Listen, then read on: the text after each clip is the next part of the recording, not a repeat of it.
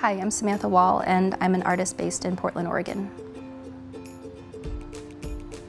The work that is at the Portland Art Museum, it really started a couple years ago.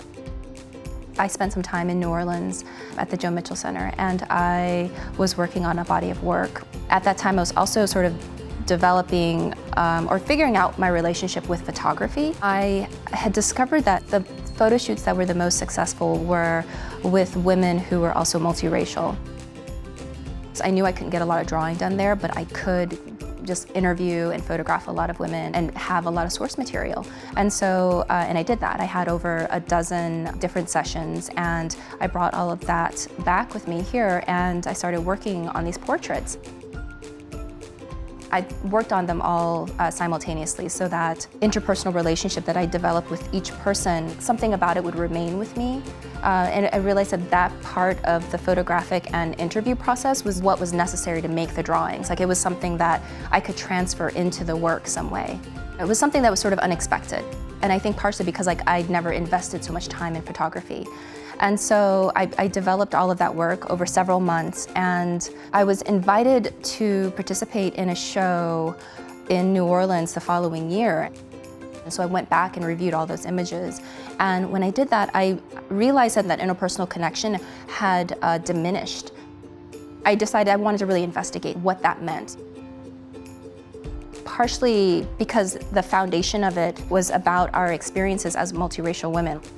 That connection was strong enough for me to pull from and make those portraits, but over time, it wasn't the same. It had changed. I realized it was not just my relationship to the photographs, it's who I was had changed. What it meant to be a multiracial woman, it had evolved for me.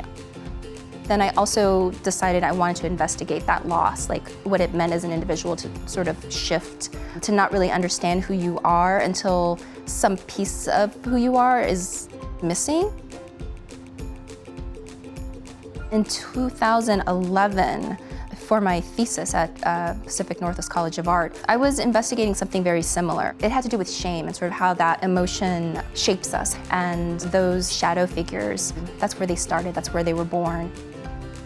There's this connotation that darkness and the shadow, all of that is very negative.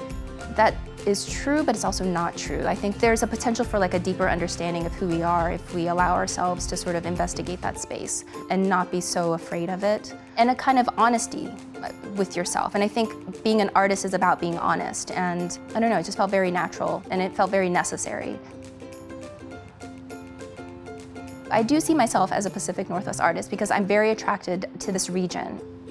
The people that congregate here, a lot of like-minded individuals. There's a lot of creative energy. There's a lot of potential. I feel like I belong here, but at the same time, I think that the work that I make, it reaches outside of this region.